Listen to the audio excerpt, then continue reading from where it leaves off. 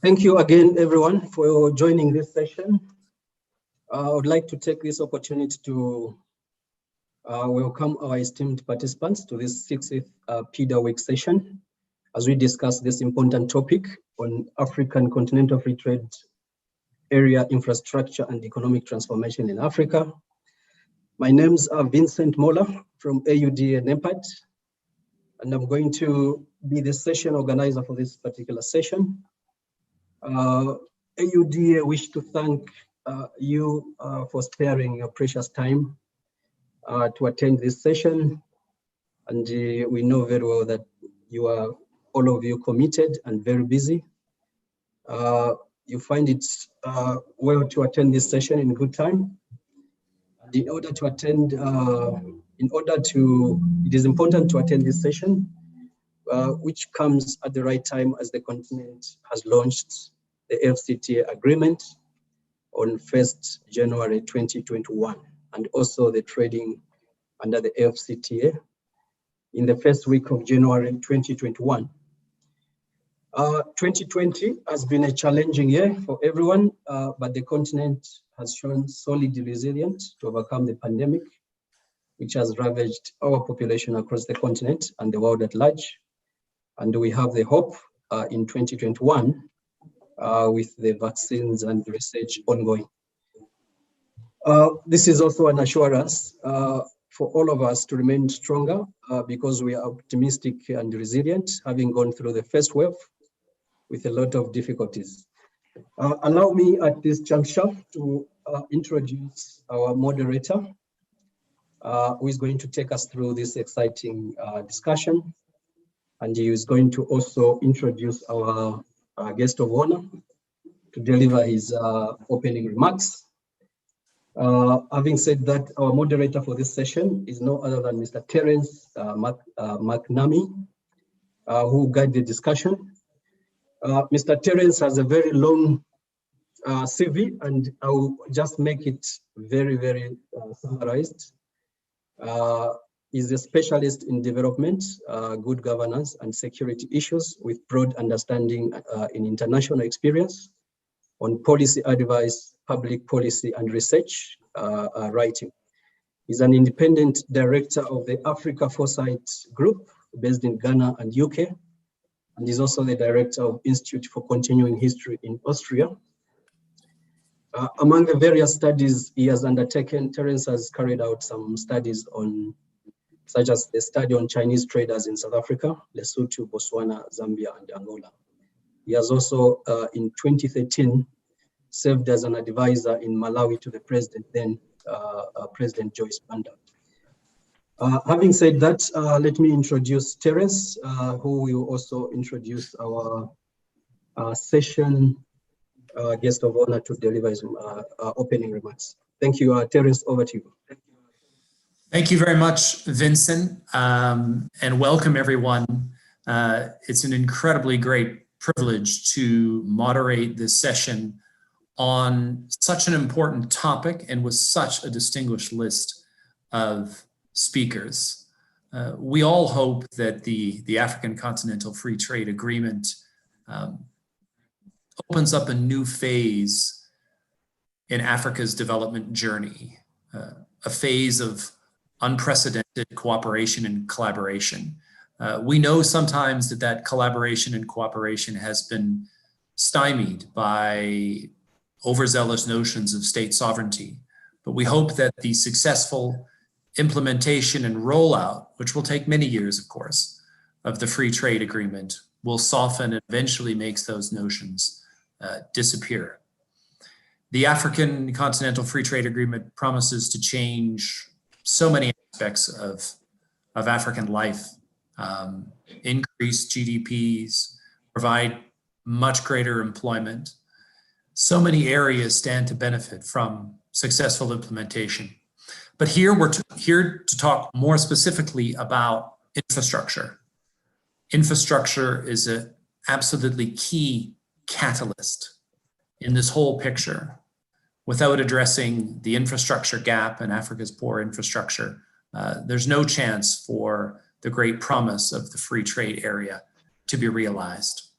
So it's a great privilege to introduce the person who will start us off, our guest host speaker, Amin Idris Udum, who is the Director of Management and Delivery at AUDA NEPAD. He has a very long, distinguished career operating in this area. And I'll hand it over to him. Before I do, just a quick housekeeping reminder. We have an incredible list of speakers and panelists, and also many, many people who want to ask questions. So we're going to try and keep things to time as best we can. And I think we've allotted for our guest of honor speaker 10 minutes, and then the panelists will have 8 minutes. But without further ado, Amin, I'll hand it over to you. Thank you, Mr. Magnani. Can I speak in French? I think there is interpretation, so I'll do my opening statement en français. Cher Monsieur Terence Magnani, président et modérateur, et puis chers participants, tout protocole observé, permettez-moi de vous souhaiter à tous et à toutes la bienvenue pour avoir pris le temps de venir à cette 6e session de notre semaine du PIDA, qui est organisée conjointement avec la Commission de l'Union africaine, afin de partager nos expériences et les leçons que nous avons apprises sur le rôle des infrastructures dans le commerce. Nous entrons donc en ce moment de plein pied, d'ailleurs, dans cette nouvelle période de la ZLECAf, la zone de libre-échange économique et commerciale africaine, qui a pour objectif d'accélérer l'intégration commerciale et économique du continent. C'est d'ailleurs l'objectif de cette table ronde, pour nous permettre de comprendre les progrès réalisés dans le processus de la ZLECAf, d'une part, et le rôle du développement des infrastructures sur le continent dans la mise en œuvre ou dans la réussite de la mise en œuvre de la ZLECAf, d'autre part. Donc, cette session va fournir une mise à jour sur les processus donc, de la ZLECAf et permettra d'établir aussi un lien entre une mise en œuvre réussie de la ZLECAf et le développement des infrastructures résilients sur notre continent. Vous le savez très certainement, mesdames et messieurs, les échanges commerciaux et les opérations d'achat et de vente dans le cadre des accords de la ZLECAf viennent d'être lancés le 1er janvier de cette année. En d'autres termes, nous venons de commencer notre voyage, un voyage épique vers la création d'un marché commun africain continental qui était tant attendu et qui est susceptible d'augmenter donc le commerce intra-africain dans notre région et ensuite d'accélérer le processus de changement de nos économies et puis de nos sociétés. Et vous le savez tous, nous le savons, l'objectif principal de la ZLECAf est de stimuler le commerce intra-africain qui représente actuellement entre 17 et 18% du commerce total de notre continent, ce qui est une tendance très faible par rapport aux autres zones économiques dans le monde. Donc, les goulots d'étranglement que constitue l'absence ou plutôt la faiblesse des infrastructures africaines en ce moment est le principal défi, si vous voulez, qui peut ralentir une meilleure intégration commerciale intra-africaine. Il ne fait donc aucun doute que si le développement des infrastructures est une priorité pour nous et pour tout le monde, en fait, le développement des infrastructures permettra de stimuler le commerce intra-africain et créera en même temps des passerelles avec le commerce international et le commerce mondial. Vous conviendrez aussi avec moi, mesdames et messieurs, que la création d'un grand marché unique continental exigera, entre autres, une quantité massive d'infrastructures de qualité, des infrastructures de connectivité, des infrastructures pour mieux intégrer nos pays au niveau national, mais aussi au niveau régional et au niveau continental. Ces infrastructures doivent être en même temps physiques, mais aussi numériques et donc virtuelles. Donc, un système de transport efficace et bon marché est une condition aussi préalable pour que nos pays puissent devenir compétitifs tant sur le plan national que sur le plan régional, mais aussi sur le plan international. Notre déficit en matière d'infrastructures sur le continent, il est connu, il est estimé aujourd'hui, les besoins, si vous voulez, en financement sont estimés aujourd'hui entre 90 à 100 milliards de dollars par an, et ces chiffres, normalement, devraient augmenter au cours des années à venir. Pourquoi? Parce que notre population augmente, donc notre démographie, en fait, elle augmente, ce qui n'est pas une mauvaise chose. Et puis, nos besoins en développement aussi, bien sûr, augmentent avec cette augmentation démographique et avec aussi ces besoins de croissance économique. Donc, le déficit des infrastructures, mentionné si haut, ou plutôt le déficit en matière de financement des infrastructures, explique l'écart que nous constatons aujourd'hui entre nos besoins en énergie, en moyens de transport, en infrastructures de télécommunication, d'information, des infrastructures aussi pour la vie quotidienne et ce que nous avons aujourd'hui. C'est l'une des raisons pour lesquelles d'ailleurs l'Agence de développement de l'Union africaine ainsi que la Commission de l'UA et tous les partenaires mis ensemble demandent ou plutôt travaillent ensemble pour pouvoir accélérer la mise en œuvre du programme des 5%, l'agenda des 5% que vous connaissez très certainement. Nous pensons que cet agenda de 5% permettra de combler ou plutôt de résoudre le problème de cet écart financier. Mesdames et messieurs, le continent souffre donc des lacunes dans les infrastructures critiques, dans le domaine de l'énergie, des transports, des connectivités, et cette question du financement, elle est majeure pour nous.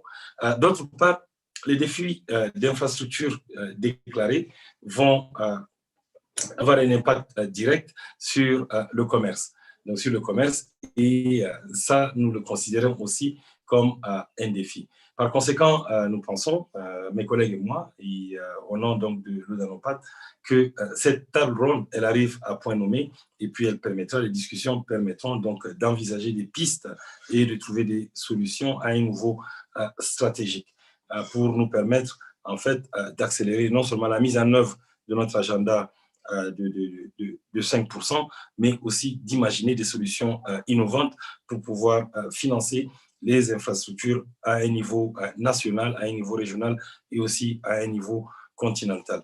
Il est clair que sans infrastructures de qualité, sans infrastructures résilientes, sans infrastructures adaptées, nous ne pourrons pas mettre en œuvre effectivement la ZLECAf et tirer véritablement profit des accords que nos États ont signés et ont commencé par mettre en œuvre effectivement depuis le début de cette année.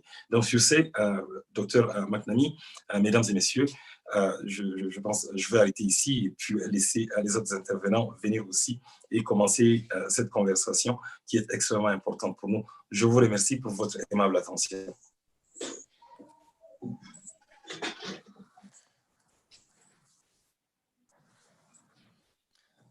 Amin, thank you so much for those very poignant, important remarks that have set us up very, very nicely for our next speaker.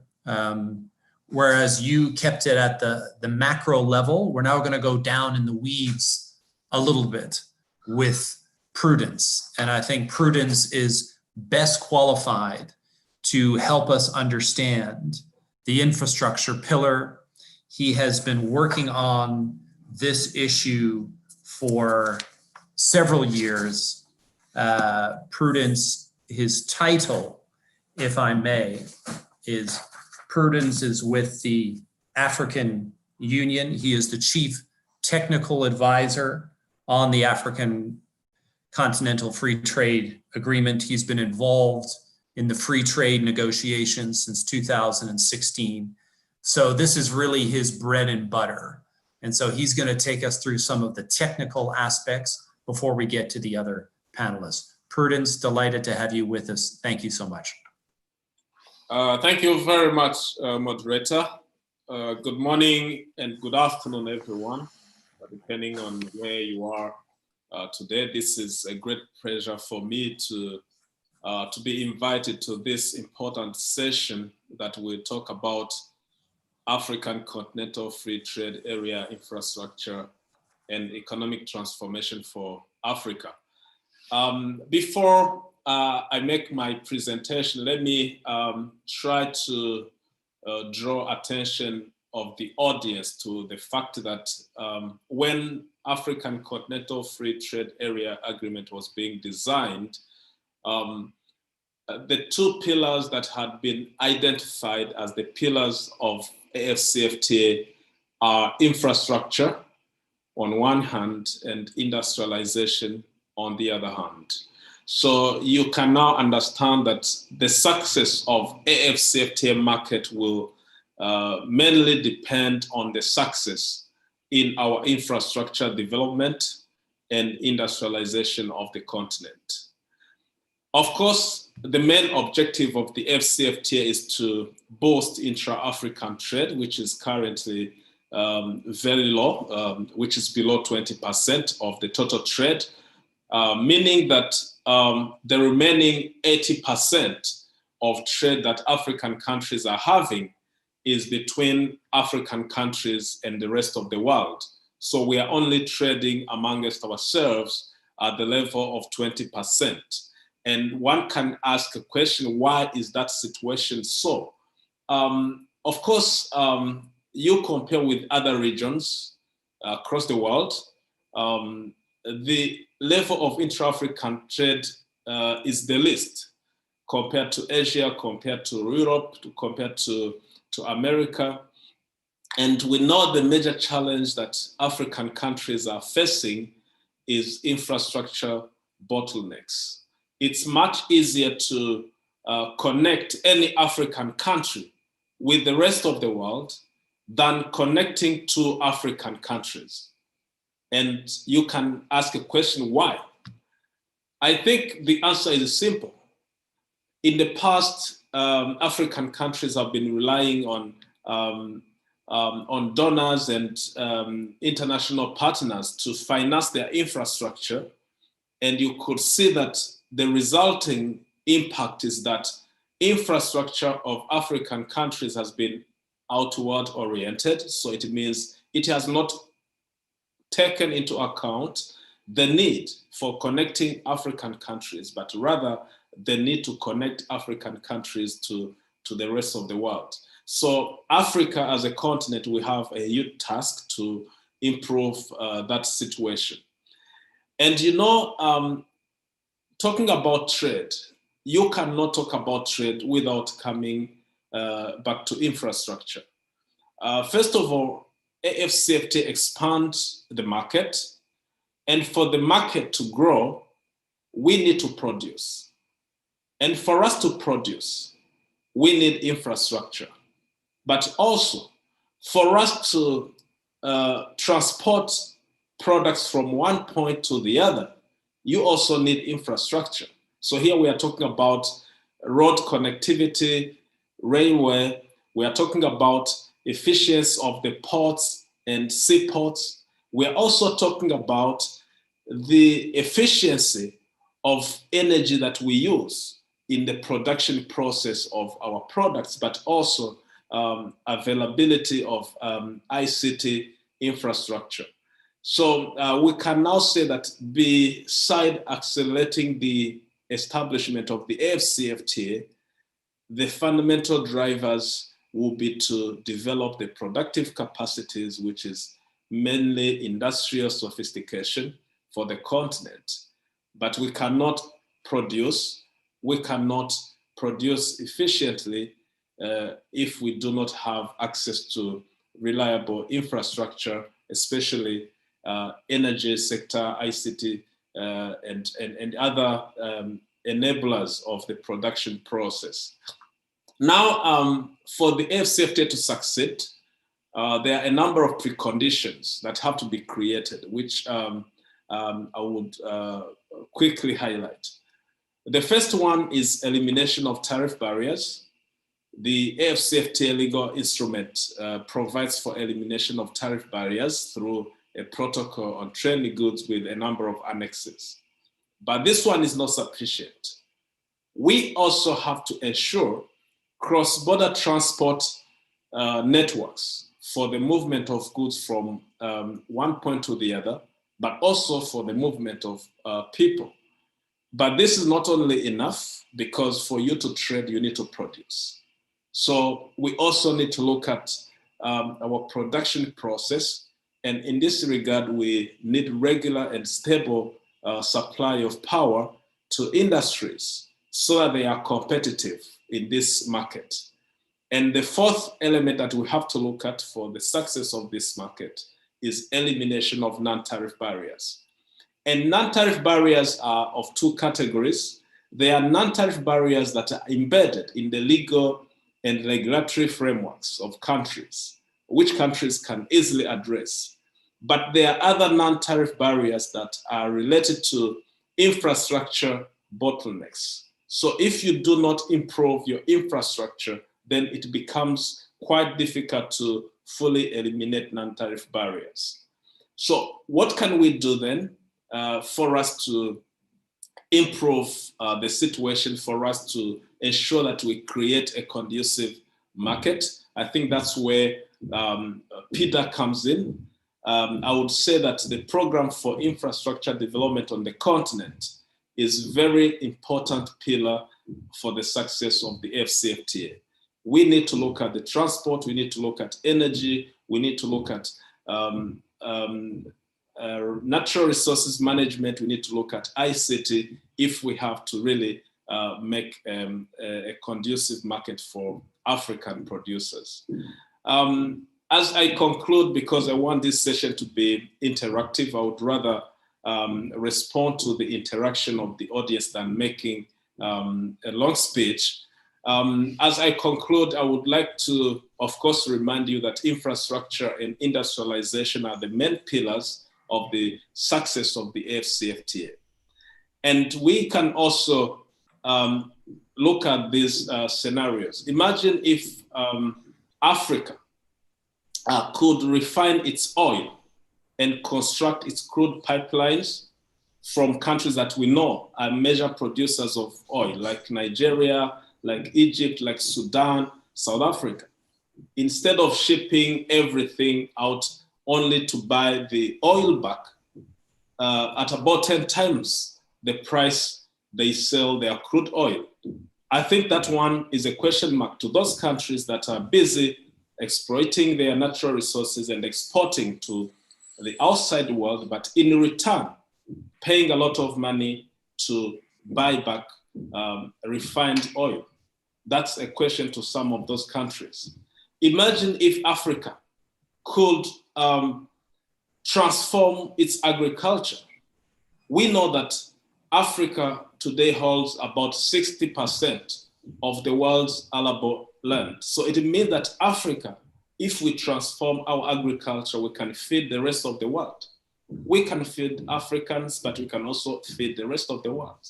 But today, statistics show that we are spending billions and billions of dollars on importation of food. I think this is another aspect that infrastructure development should look at. And then last but not least, we need to look at energy. Energy is very important, it's very key to industrialization. And I think the way we manage our energy resources, the way we think to produce energy that is competitively reliable for our producers is also going to assist the AfCFTA market to grow. So with these few remarks, moderator, I would like to hand over back to you to allow other panelists to also have their say on this important topic. I thank you. Prudence, thank you so much for your insightful remarks and your emphasis on the dialogue, which we want to encourage. So may I remind all participants that they can send a question through the chat facility, but may I ask you to keep it very short and sharp. We may not get to all of them, but we'll try and collect some of them as we go along. So please do that. It's a great pleasure to hand over to our next speaker, Stephen Karingi.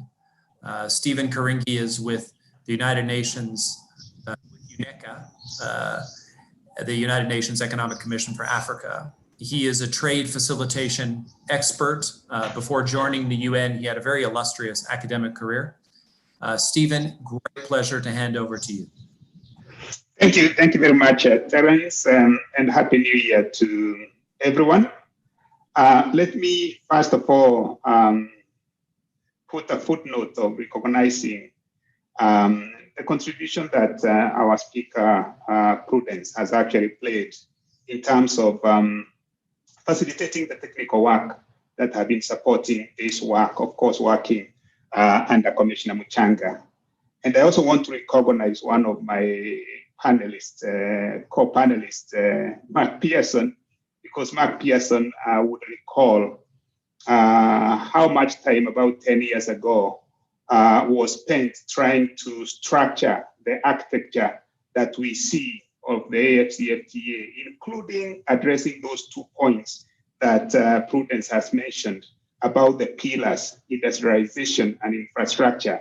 And in fact, those of you who have looked at the decision that led to the AfCFTA would recall that at the same time, we had the Boosting Intra-African Trade Action Plan, which it was believed would not would actually be critical to the beneficiation from the AfCFTA. And key among that was the issue of industrialization and infrastructure. So allow me, Chair, for me to start by saying that we are operating in a very difficult situation of the pandemic. And so as Africa thinks of building forward better, we recognize that we do not have the same degrees of freedom like other developed countries and other regions that can actually be able to give a huge stimulus. But we have the AfCFTA, which we believe, and we have also demonstrated based on our previous trading regimes within the continent, can help us build resilience in our economy. Let me start by reminding all of us why the AfCFTA is so critical coming in terms of trade and economic growth. We've done a lot of analysis at the Economic Commission for Africa, and we have tried to approximate the AfCFTA modalities as much as possible. So the scenarios that we have built have approximated what has been agreed by the countries and what they have started trading under on the 1st of January. Now, out of those empirical analysis, what we have shown is that the AfCFTA reform could lead to Africa's global GDP and exports increasing significantly. So for Africa's GDP, it could increase up to $44 billion by 2040 in additional income if you look at it across, against the baseline if there was no AfCFTA. In terms of African exports, intra-African trade, it could increase up to 70 billion. Now, if you circle back and ask yourself, what are the production processes that are leading to these huge figures that I'm talking about, then you can see the transformation potential of the continent, of the AfCFTA, because jobs are involved in terms of realizing these kinds of income. Now, it's also important for me to emphasize at this point that our analysis showed that 2/3 of the gains in additional intra-African trade are basically in the manufacturing sector. And so we know that manufacturing involves a lot of supply chains. It's also critical to industrialization. So the AfCFTA, fostering intra-African trade, answers one of the questions that was the basis of its rationale, and that is industrialization. And we see that most of that will actually be realized because 2/3 of the gains are coming from manufacturing. Now, but there's one important point I would want to mention here, because when we talk about transformation of the African economy, we also have to ask ourselves, does it lead to convergence of incomes across the state parties of the AfCFTA? And one of the major findings from our research is that post-implementation, the proportion of industrial products in additional intra-African trade would actually be larger for least developed countries in Africa than the non-least developed countries in Africa. In fact, there would be an increase in terms of post-implementation of 76% for LDCs versus 62% for the non-LDCs. So integration policies ideally should lead to convergence of incomes, and the AfCFTA promises to do that. Now, you mentioned trade facilitation. The results that I have just highlighted would increase 2 to 4 times more if trade facilitation measures, which of course are facilitated by what happens in terms of infrastructure development and the services that go with that if they're implemented together with the tariff reforms. So as we can see, the AfCFTA does actually promise significant gains for our continent. Now, let me make my second point, which is basically how will then the AfCFTA lead to this transformation, in addition to what I've said about unlocking the manufacturing potential and facilitating industrialization. The AfCFTA basically will also help build a robust and resilient private sector. And all of us agree that the private sector is vital for inclusiveness and also for sustainable growth. And we can say that the private sector will be key also, not only to the success of the AfCFTA, but also the recovery from the pandemic. It can only be able to do this, the AfCFTA will be able to do this because it is going to bring enhancement in terms of the regulations and improving the environment under which the private sector will be operating. Now, we are talking about infrastructure because this is PIDA week. Now, the huge deficit in infrastructure services could be addressed by the scale and competition that the AfCFTA will provide. And if it does that, this is going, of course, to attract finance. In other words, the financial liberalization in the continent that is foreseen in the AfCFTA will also lead to financial integration and deepening. Now, two more quick points, Terence. Let me touch on this issue of the infrastructure services that I'm trying to highlight. So the long-term prospects of the AfCFTA, we all agree, can be realized if we do the right things. And one of the things that we need to do is to appreciate the two-way causality between infrastructure investments and the ability of the AfCFTA to contribute to growth. Now, as we have seen, especially on the ICT infrastructure is a source of resilience. And this has been ably demonstrated by the fact that we can even be able to have this meeting today.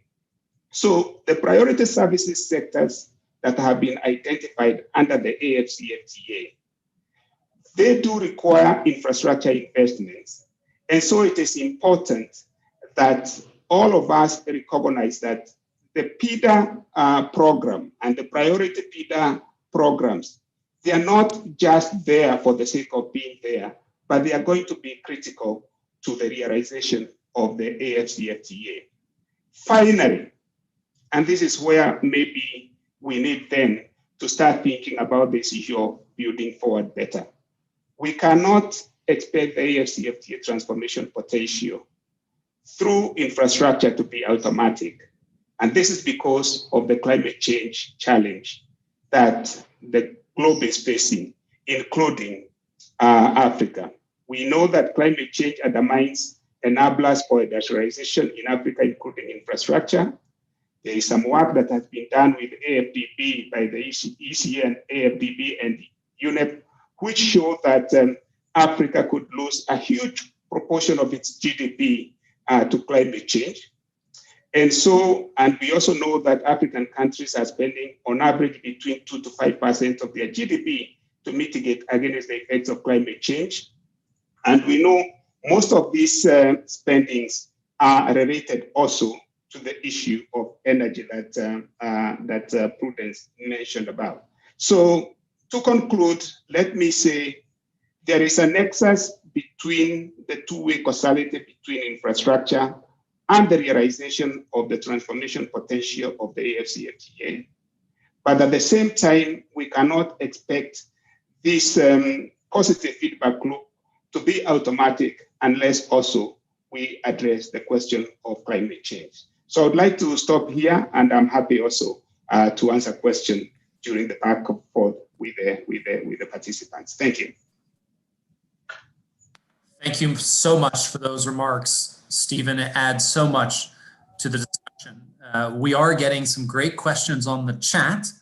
It's fascinating to observe the emphasis. A few questions already on rail, which Mark Pearson, who you mentioned, will get to, but not before I have the great privilege of introducing a real powerhouse in the African energy sector, Salma Okonkwo.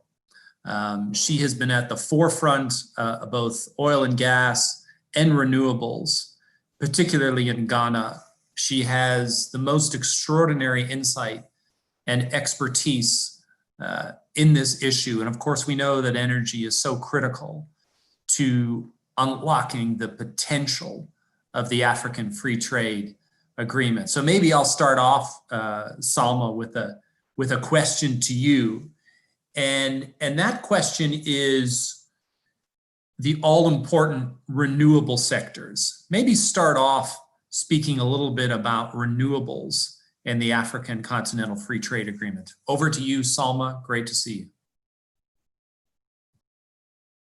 Me participate in this very important topic. My internet is not that great, so if you wouldn't mind, is it okay if I switch off my camera, or would it be? That's perfectly fine, Salma. We can hear you. If it's easier for you to switch off the camera, that's fine, but we can hear you. I'll leave it up to you, but we can hear you. Okay, so as far as renewable energy is concerned, it's interesting that the last panelist spoke about climate change, and we on the continent will be hit the most. So for us, we're thinking that after to renewable is amazing. With policy coordination, we're able to have less barrier to international and cross-border projects. We would have access to more transmission lines. There'll be creation of the regional power markets, which is so necessary for our development on the continent. We would be able to create large enough markets to justify the large generation projects for renewables that are needed. Outside renewables, there are other projects that will be regional and good for regional and cross-border structures for energy infrastructure, such as the West African gas pipeline, which is expected to be utilized more effectively in the future. The benefits for the regional power market is enormous. I mean, I can go on and on about it.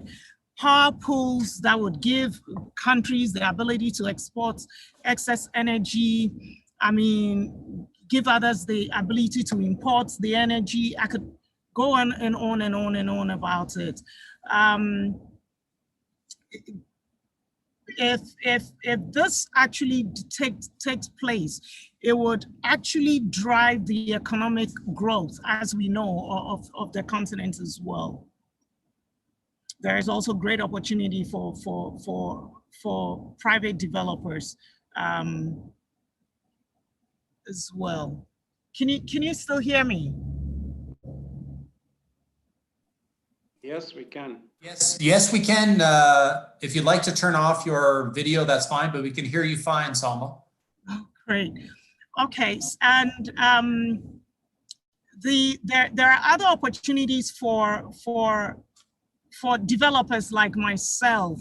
The new trade area makes the international development less burdensome.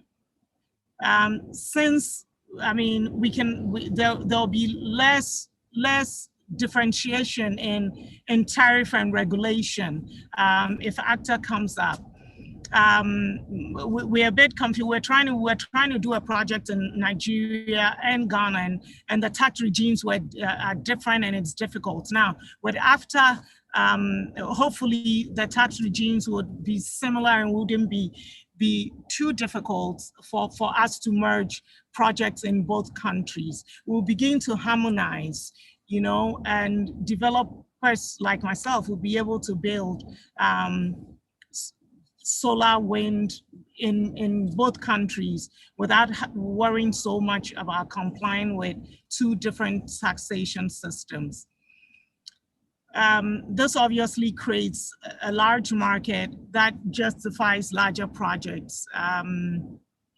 And again, I'm going back to what I know best as a developer, to attract better international partners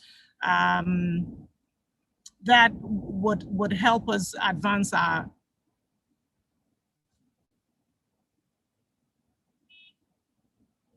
Hello? Hello?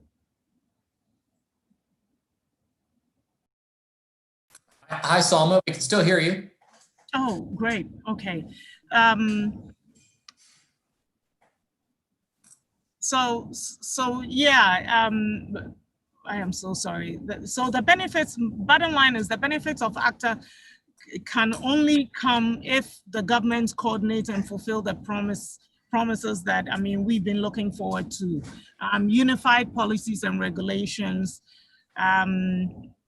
them working together, the leadership body, AU, to finalize plans for regional power pools, and identify and prioritize solar and wind development projects. The private sector is right here. We're interested, we want to be part of it, and we would support to implement all these projects. I mean, the governments can coordinate commercial clusters, power plants, I mean, power, energy to be able to boost the economy in manufacturing, and in development, basically. I would leave it here if there are any other questions. Thank you so much, Salma. A testament to your commitment where you are there in Nigeria. Didn't have the best internet connection, but we actually heard you perfectly clearly, and your perspective from the private sector in the energy space is so important, and hopefully we can touch upon that in questions. Let me hand it over now to someone's name who's already been mentioned. I feel that Mark Pearson is something of a very, very well-known entity on the continent. He's been working for 35 years on issues of transport and trade infrastructure. I had the great privilege of co-editing a book with Mark Pearson called Africans Investing in Africa about 6 years ago. But in reality, my contribution added up to about 5%, and Mark did about 95% of the book. This is someone who really knows this space. So without further ado, let me hand it over to you. I think you're in Somaliland helping them out with some of these issues at the moment, Mark, but over to you. Thank you very much, Terence, and thanks for the invite. And also, it's a pleasure to be part of such a astute panel. And let me say also that I'd like to also recognize the contributions to the AfCFTA and to the development of Africa and Africa trade with the other panelists as well. Yeah, I'm actually in Berbera at the moment, so it's a bit. Hopefully, my internet will keep going. I'm stuck in a hotel room at the moment, so I'd like to just pick up on some of the points that have already been raised. First of all, starting off by Prudence, who made the point that the African Free Trade Agreement is very dependent on trade between African countries, which in turn is very dependent on the type of infrastructure or trade infrastructure which we have between countries. I think the point has also been made that most of our trade infrastructure reflects the fact that we are mainly exporting commodities, and that mainly goes outside of Africa. So we have reasonably good infrastructure, or a lot of good infrastructure going to the ports, and ports, we have some very good ports, and we have railways which go to the ports, and we have roads which go to the ports. But we don't really have much infrastructure which links to other African countries, which also is maybe a reflection of the fact, as Prudence says, that we trade very little between ourselves. The other fact is that we often don't produce what our neighbors want. We produce what the rest of the world wants in terms of commodities, and import along the same things, our goods and services coming from overseas. So the AfCFTA is an attempt to try and to change that and to increase the amount of goods that we trade with our neighbors. And to do that, we need good trade infrastructure. We need good roads, we need good railways, we need the other support services that go with trade as well, infrastructure, communications, those kinds of things. At the moment, we've got a long way to go. Trade infrastructure, transport infrastructure is a very expensive thing to do, and it is very difficult to structure projects which are cross-border. It is hard to first of all design the infrastructure. Say, for example, you're designing a road between two countries. It's quite difficult to have one contract to do the design. First of all, even to do the pre-feasibility and to do the studies on the pre-feasibility. It's hard to raise money in those two countries, and then when you actually get to the feasibility study, which is done, it's then quite hard to actually get the financing together. At the moment, most of the trade infrastructure which links us is of a public good. Most of it is financed by the public sector, and it is in many ways probably uneconomic in terms of the amount of trade which takes place, not counting the transit trade. So those are the things that we really need to address, and I think the African Union Commission, the NEPAD, and Peter itself have gone a long way in addressing those issues. The other issues that really we need to address, I think, are to recognize the fact that infrastructure is a necessary requirement for trade, but it's not the only requirement. Transport and trade are service industries and not goods industries. So you need a lot of things to ensure that you have seamless transport corridors.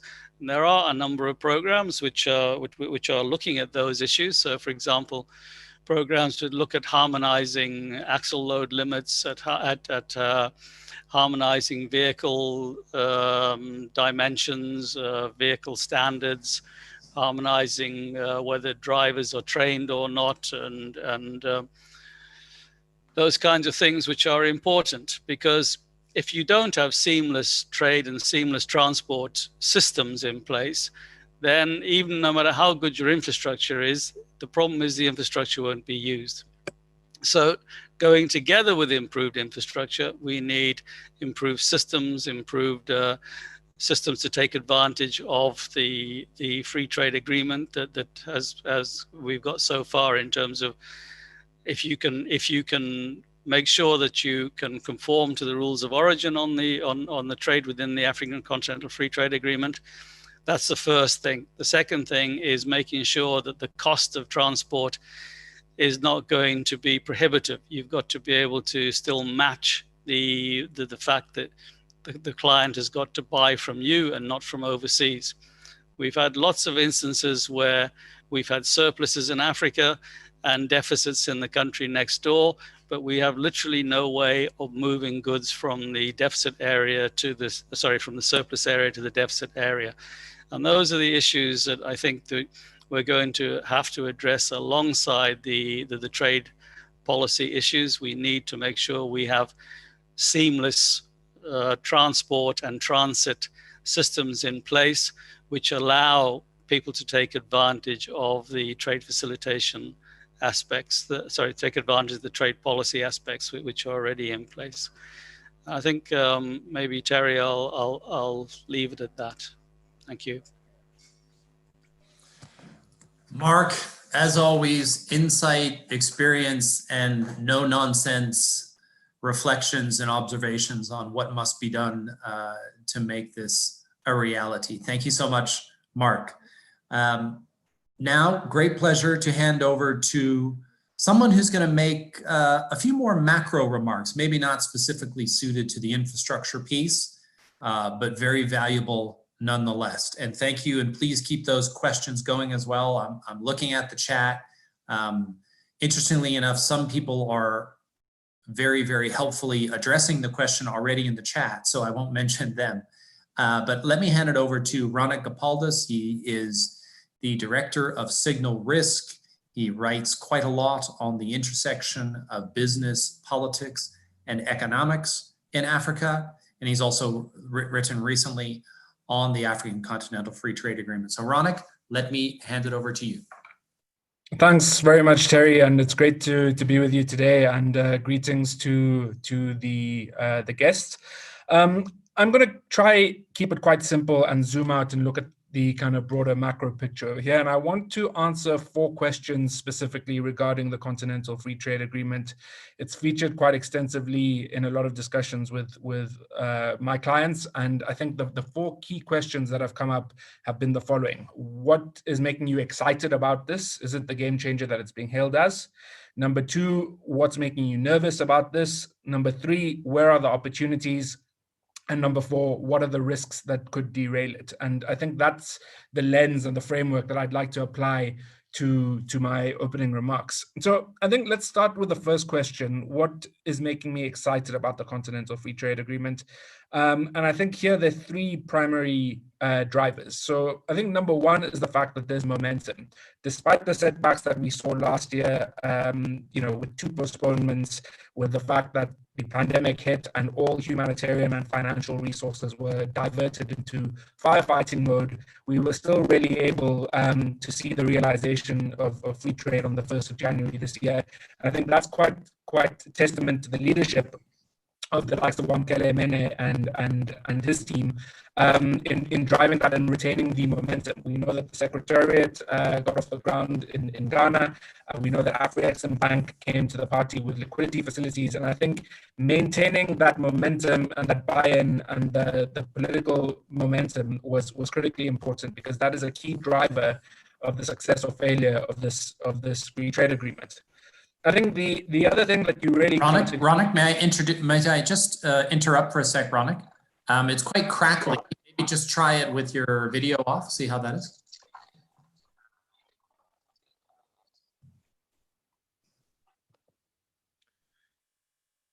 Is that better? Yes, it is.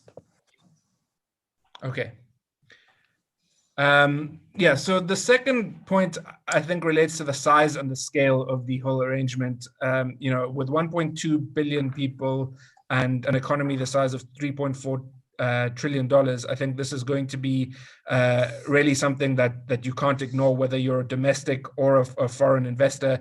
The market size and the collective market size is really something that stands out in terms of its relevance and the opportunity set, particularly when you overlay that with Africa's relatively attractive labor costs, as well as the young population. And then the third element is the fact that this is an African solution to an African problem.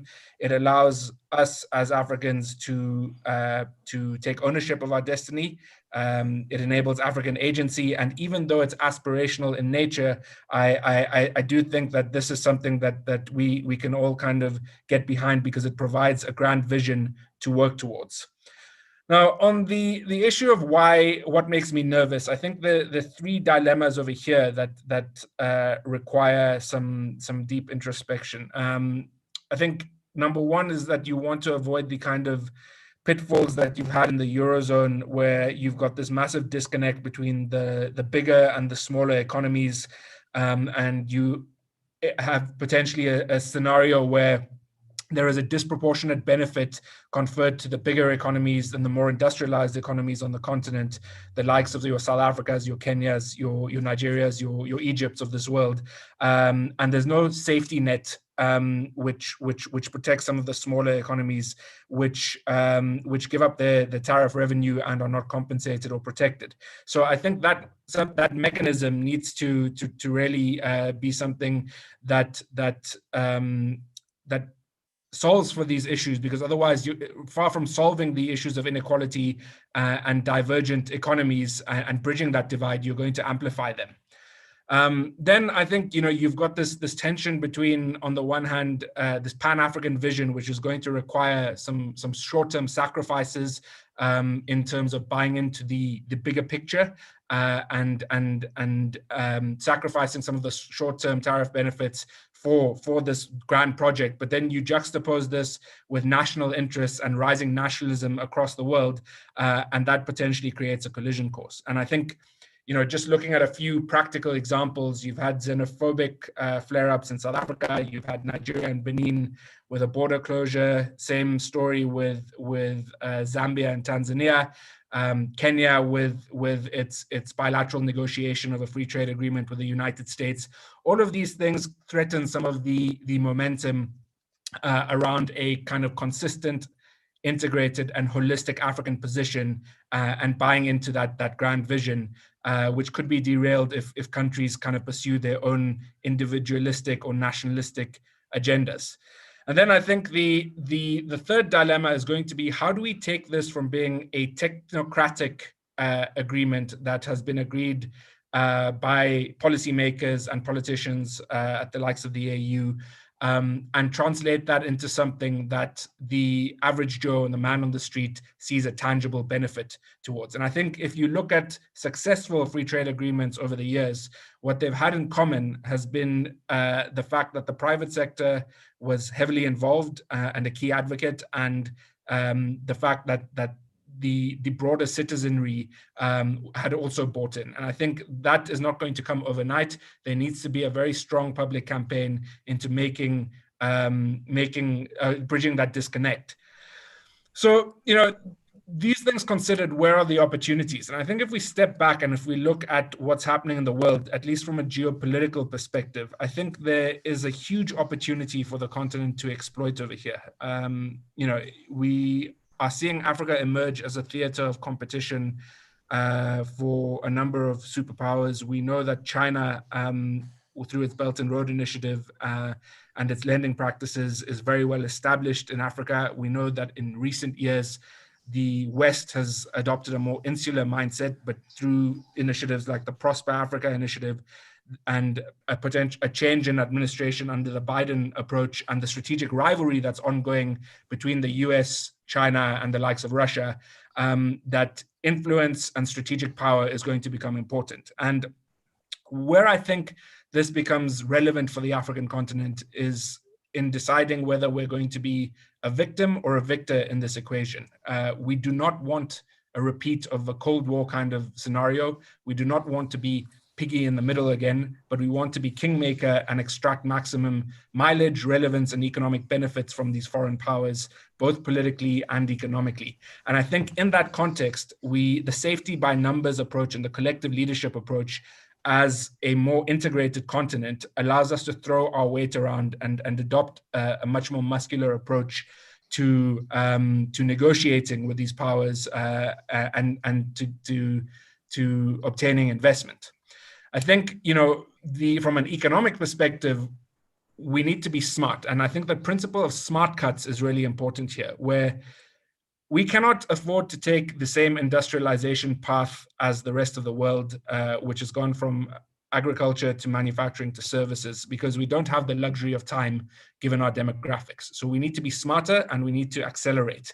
And the way to do that, paradoxically, is, in my mind, going back to the basics. So agriculture has been mentioned a number of times already during this discussion, but I think catalyzing the green economy and the blue economy in Africa is going to be central. And I think this falls nicely within the strategic priorities of the Continental Free Trade Agreement.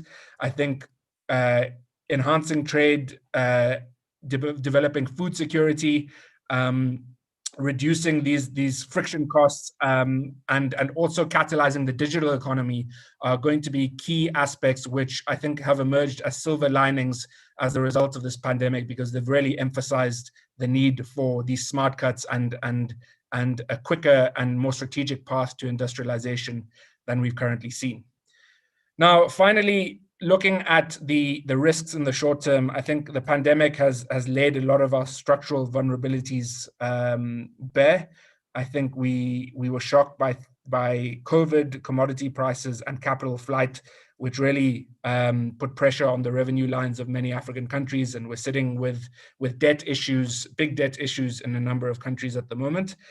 And I think now we're having to navigate disease, dysfunction, and this issue of debt. Two big themes, I think, are going to shape the outlook for the continent in the short term. I think these are the issues of vaccine diplomacy and vaccine economics. And the hope is that given the extent of these challenges that we're facing, this is not going to derail the momentum that we're currently seeing. So I think, I've taken quite a bird's eye view over there, but, just painting a kind of broad picture. And I think, Terry, I'll leave it there for now. Thank you very much, Ronak. I mean, I think that high altitude picture of the big challenges, very relevant to infrastructure, very relevant across the piece. And I think a lot of people will have some responses to that. Okay, so on the questions, there are some coming through the chat, which I will try and get to. I may have to ask the host organizer, because I believe that we may also be able to accommodate some questions from the participants done quickly and verbally, although I don't think I'm in a position to unmute them. But let me just start with one interesting question that came through, which anyone can tackle. And that is as follows. We're talking a lot about regional and continental instruments for the implementation. But on the other hand, the real front line is in the hands of the member states. So what is being done on country readiness beyond just being willing to really action the African Continental Free Trade Agreement, including understanding and taking care of the possible trade-offs, which is a cardinal for success? Now, would anyone like to talk about that issue in terms of country readiness? Excellent. Yeah, no, I'll be very quick. So one of the things that if you follow the several summits that have taken place since Kigali, the summit in Nouakchott was very clear about this question of readiness. And the starting point was countries needed to have AfCFTA national strategies.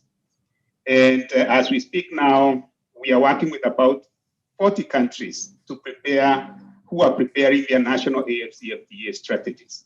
What these strategies do, they basically would have the macro picture, and then they would look at also the pillars of what the country needs to do so that its offensive interests can actually be able to give benefits. And it turns out that some of the things that they need to do is essentially what we've been talking about here.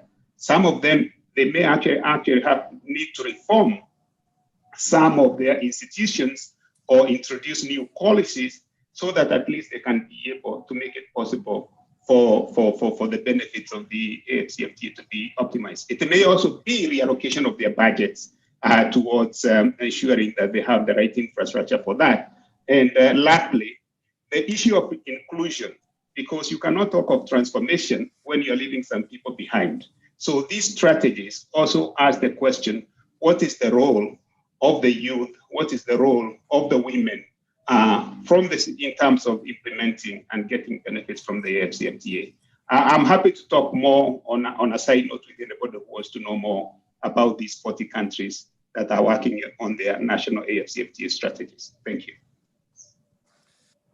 Thank you so much, Stephen. Really, really appreciate that. Mark, I see you come in. Would you like to add to that? Just could I add to what Stephen is saying? I think that in addition to the what he was talking about in terms of the national strategies, there's also a commitment from the African Union through the AfCFTA to have an adjustment facility.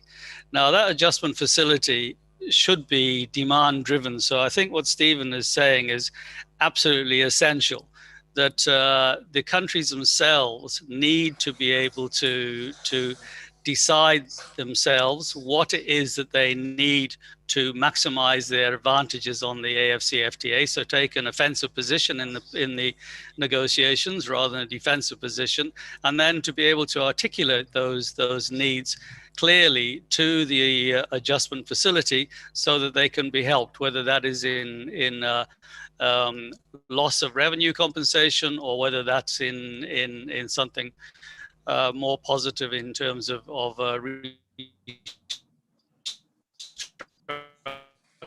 just turn off your video, Mark. We're just moving it in. Or policy direction, those kinds of things. So I think, sorry, I'll finish. So I think that is just to add what the very important points that Stephen has made.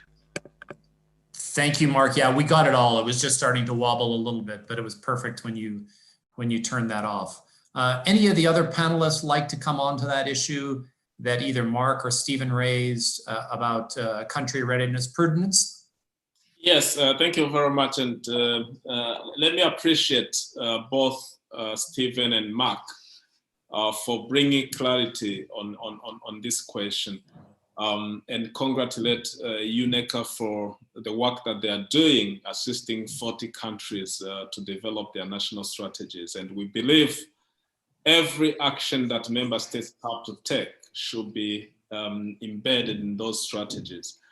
I would like to add one third, the third aspect, which is very important as well, is the component of involving stakeholders. Whereas this can be found in the national strategies, but it's very important to outline it and make sure that all national stakeholders are part of this AfCFTA implementation process. On one hand, we are talking about private sector, civil society, and other segments of the society, but we're also talking about establishing national structures. We have the AfCFTA Secretariat, which is coordinating the implementation at continental level, but we need national structures so that it is clear to the stakeholders where they address their issues, their national issues related to the AfCFTA. I think putting in place structures as well as involving stakeholders widely is very important for the success at national level. Thank you. Prudence, thanks so much for that comment. Let me just move on to a question about energy, which I think is really quite important. If Salma is still there, maybe you could unmute yourself or your camera. Oh, great, Salma, that's great. Listen, I think it was a terrific question that came in, that obviously there's a big need for renewable energy inclusion. Of course there is. But at the same time, we cannot create an energy poor African continental free trade area. So what's the kind of balance between, baseload power, issues of clean coal, gas technologies that can provide that baseload power reliably, cheaper, and have the ability to scale?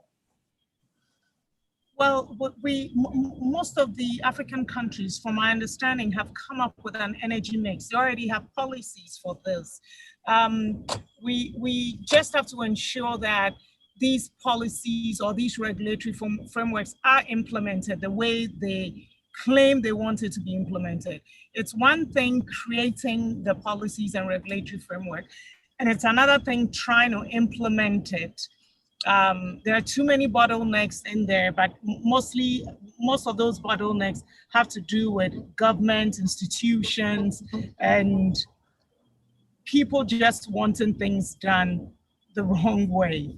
So if we get the commitments from the governments and the policymakers,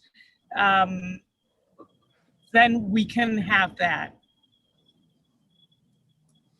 Okay, thanks for that, Salma. Anyone else want to come up on the issue in terms of energy infrastructure in Africa, which is obviously such a key driver of the whole picture? If not, if we'll let Salma's expertise rest for now as the final word, there was quite a lot of questions on rail. So maybe, Mark, I know you addressed it, but going back to you, maybe if only for emphasis, but what are these options for private finance of railway wagons, locomotives, how to make that cheaper and easier in Africa? Because it seems like such a critical issue, and a lot of people seem to be alighting on the issue of rail in Africa. Thanks, Terry. I'll just keep my video off because I think I don't have much bandwidth. Better. Yeah. Excuse me.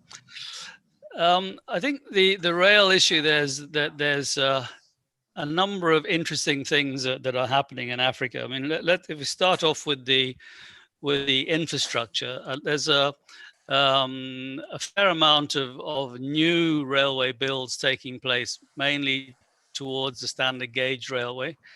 And in terms of the gauge which they have, I don't really want to get into the controversy of whether that's a good thing or a bad thing in terms of whether we should be continuing with standard gauge railway or not. That's a decision which has been taken at the continental level that all new railways should be standard gauge railway to be at one standard. And really, I think history will let us know whether that's a good economic decision or not. It's either is it going to encourage trade, or is it going to be difficult to get a return on your investment? As I said, that's something which there are different points of view on. But the more interesting part about railways is who runs the railways. In most of Africa now, you have a situation where the railways are owned by the operators and in many instances are regulated by the operators, which is the government. And what is more interesting now, I think, is people experimenting with private sector operators using the rail, which is owned by the state. And that, I think, is maybe where the future is. I think the thing about railways is you need a certain amount of transport to make it pay for itself. And that transport is usually, you have to build up to those levels. So if you can try and get private sector operators to have a slot on the railways and you pay an access rate for the people who own the railway, then that is often a way of boosting the use of the railway and avoiding having to have the state investing in rolling stock and locomotives and other things that are needed on the railway. And then so making more efficient use of the infrastructure that's there. So really, I think that is where the conversation could be going, rather than on looking at whether we should be building new railways. We're good at building railways, or we're good at getting money to build railways, but we're not so good at running them. And that is has always been the challenge in Africa. Thank you. Thanks, Mark. Stephen, do you want to add to that? Just to mention that I think there is a session during this PIDA week, which is titled the Luxembourg Protocol. So there's going to be a session where this question of financing development, so, financing the acquisition of the rolling stock for railways operation is going to be handled. Because just to add what Mark has said, so you have the railway, and as a Minister for Finance, one of the things you want to do is to minimize the amount of money you are loading on your budget your budget, or rather the balance sheet. If you can have the private sector come in and take care of that, as governed and by the Luxembourg Protocol, then you'll be able to at least release resources that you cannot even be able to extend the length of the railway or even build newer infrastructure, not necessarily the railways, but other infrastructure assets. So those of you who have the program, I think there is going to be a session sponsored by the ECA on the Luxembourg Protocol in terms of financing railways rolling stock. Thank you. Thanks very much, Stephen, and thanks again, people on the chat. We're getting some extraordinary things. Mark, I see your handsome face. Do you want to add something there? Not now. Just thank you, Stephen, for mentioning that. I think that the Luxembourg Protocol is something which hopefully more people or more countries will sign up to, because it allows cross-border. It makes it much easier for cross-border financing of railways. So if people are interested in that, then yeah, I would agree with what Stephen is saying. You should log on to that one. Although maybe it's already gone, Stephen. I missed it. I'm sorry. Maybe I missed it. Sorry. Just your final remarks, your last 5 words, Mark. Can you just repeat them? What I was saying is, I think the session on the Luxembourg Protocol, I think it's already taken place. I think, but I'm not sure. I haven't been there. I wanted to attend it, and I thought I'd missed it. So. Okay. Thank you very much, Mark. Some terrific stuff on the chat. There's some essay length answers to questions, which I think are wonderful. But maybe would anyone want to tackle the kind of one of the elephants in the room for our partners from outside the continent and so forth? There are some fears within the continent that have been expressed on the chat that African Free Trade Agreement. I mean, this is all about a better market for foreign goods. I mean, what's being done in the industrialization and manufacturing production space in terms of the free trade agreement? And are those fears justified?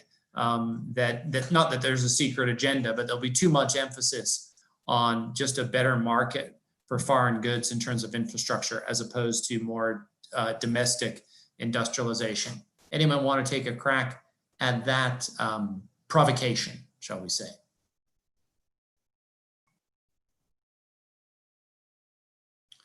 Anyone else share those fears and concerns?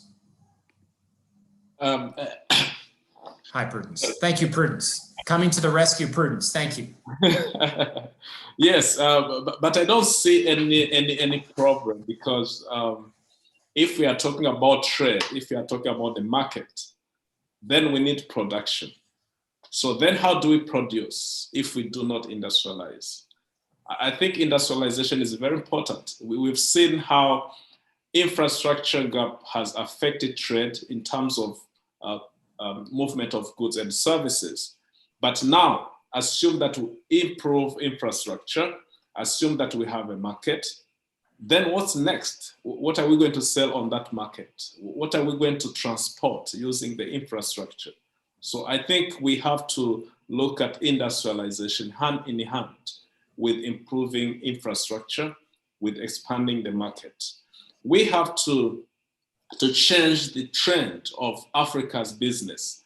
We need to invest much more in developing regional value chains, ensuring that small producers, small and medium enterprises that are producing at small scale, produce to feed into the production process of big corporation and take advantage of that integration process, but also create jobs at grassroots level. So for me, without industrialization, then we are not talking about Africa's continental free trade area. We are talking about trade between Africa and the rest of the world. But here we are talking about trade among African countries. So we need to produce as well. Thank you.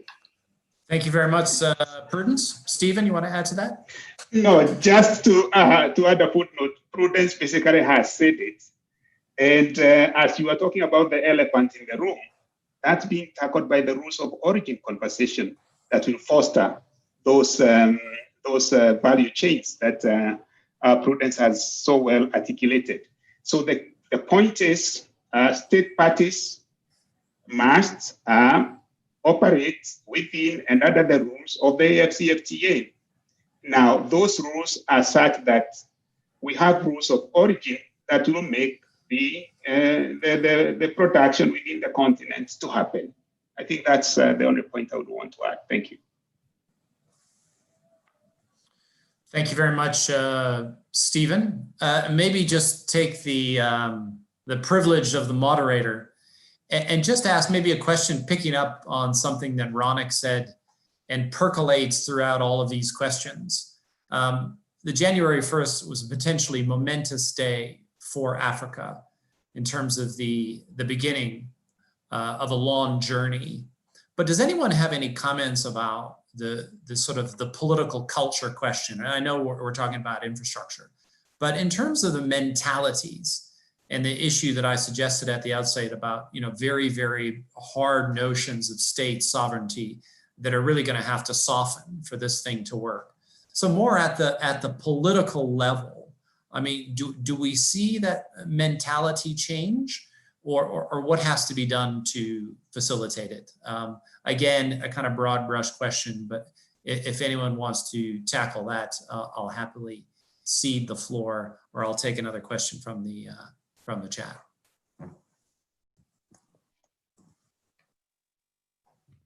Perhaps Terry, if I can come in there. I mean, I think I mentioned in my opening remarks. I think this is pretty much the only option. Africa needs to bet on itself, and I think given the issues that we're seeing in the rest of the world, the preoccupation with domestic challenges in much of Europe and the West, the fact that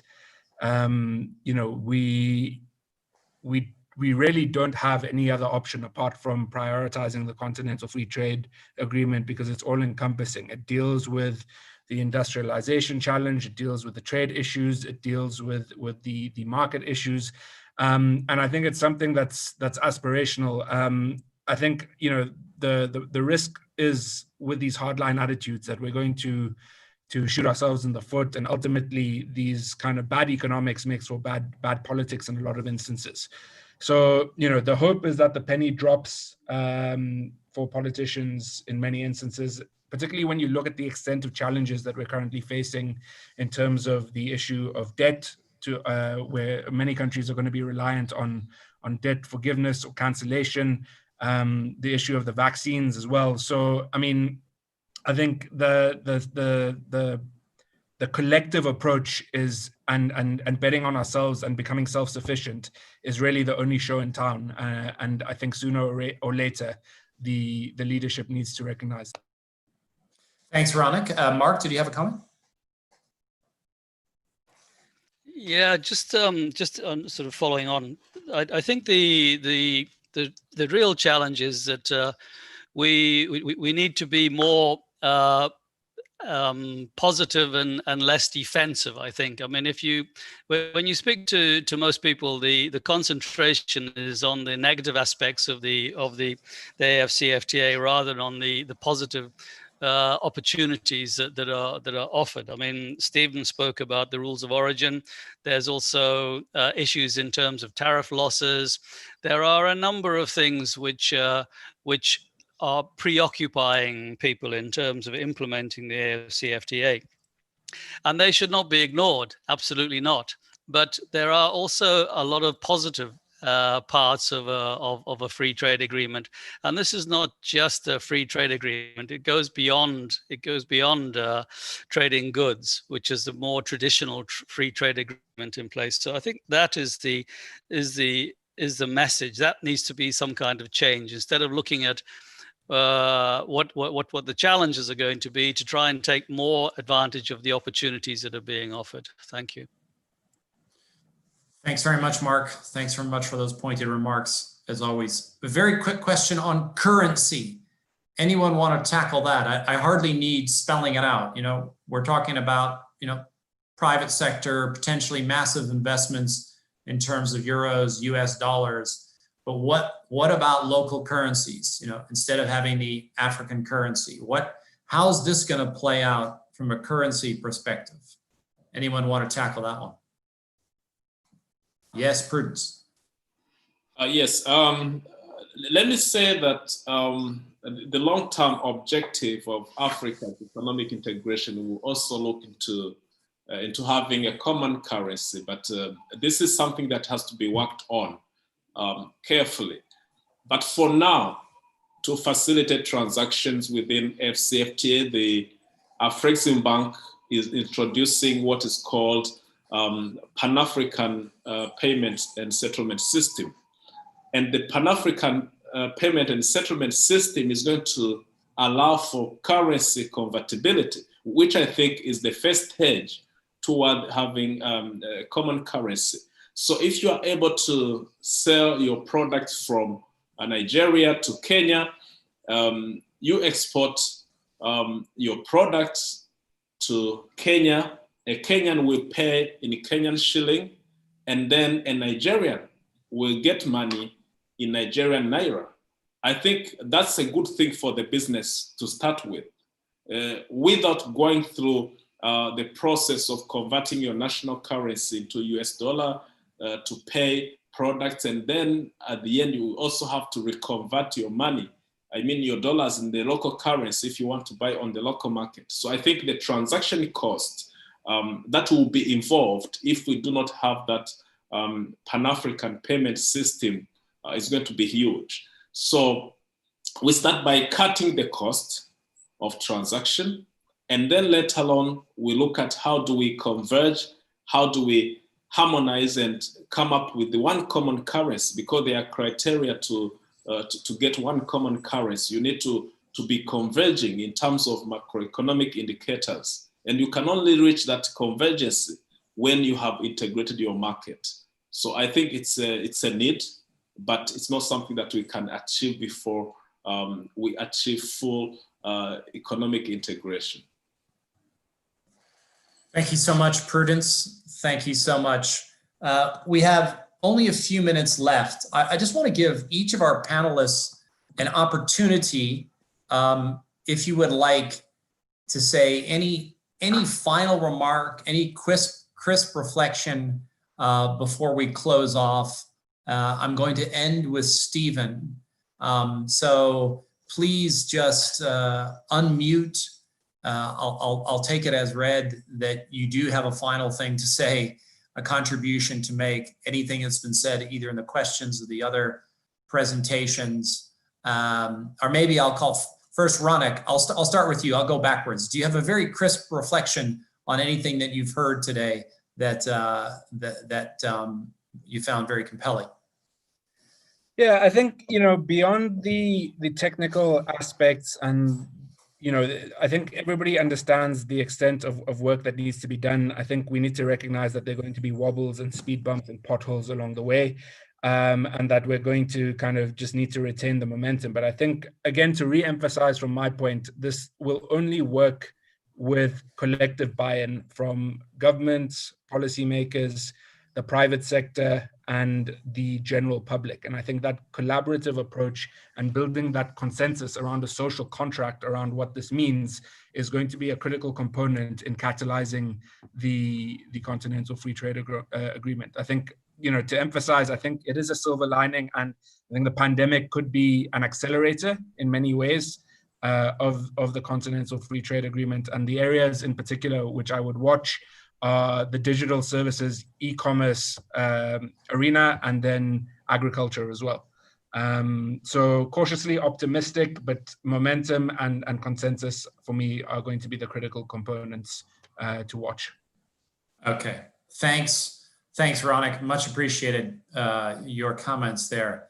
Salma, I don't know if you're still with us. I think you deserve the medal, I think, overcoming the biggest internet challenge.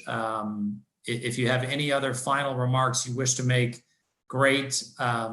If not, no problem. Let's see you on the thing. How about you, Mark? Not really much to say. Just to say, if we're going to have if we're going to benefit from the AfCFTA, then we really need to put in trade facilitation, transport facilitation, and transit issues in place so that we can actually make trade with our neighbors a reality. Thanks so much, Mark. How about you, Prudence? A final remark? Yes, mine is going to be very quick. I can say that Africa has solutions to the problems. If we make AfCFTA work, through the AfCFTA, we can find solutions to all Africa's challenges.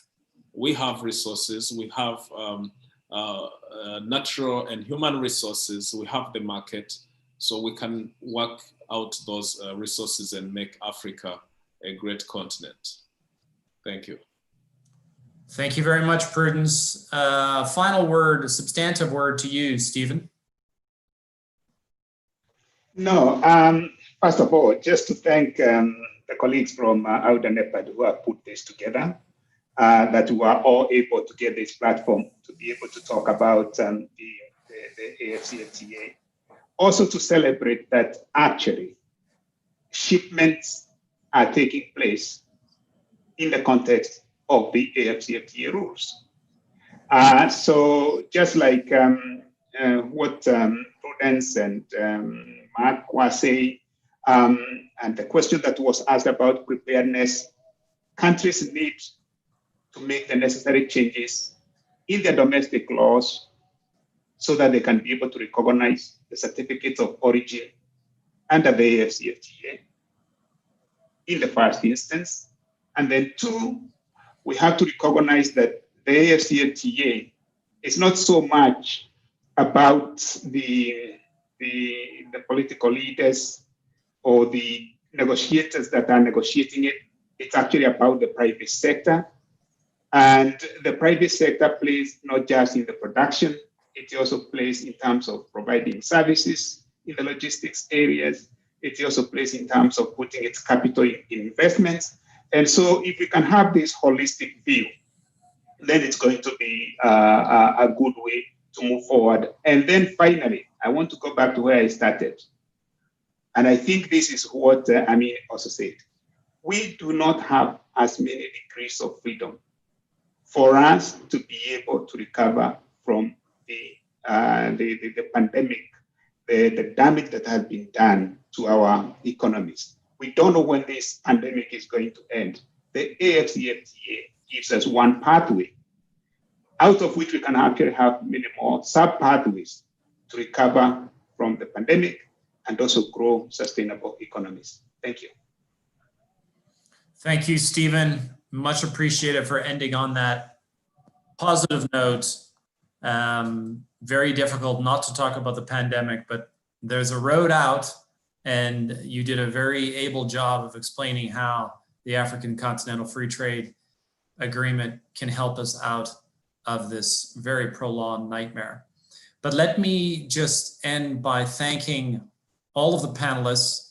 It's rare that you get to moderate a session where both everyone keeps to time and their remarks are so crisp and compelling. So thanks to all of you. Thanks to our guest of honor, Idris, at the beginning. And I believe this will be viewable on YouTube and other platforms and information from it. So thank you everyone for joining us. Please enjoy the rest of the PITA week. And thank you also to all the participants and the questions. I'm sorry I couldn't get to all of them, but I tried my best. So that's a sign off from me. I'm not sure if the host organizer has any final word to say. Vincent? Thank you very much, Terence. And I think we have enjoyed the session. We are glad and we wish to congratulate our participants And I think with those few remarks, I think there's nothing else to say. Just to say thank you to everyone and have a good day.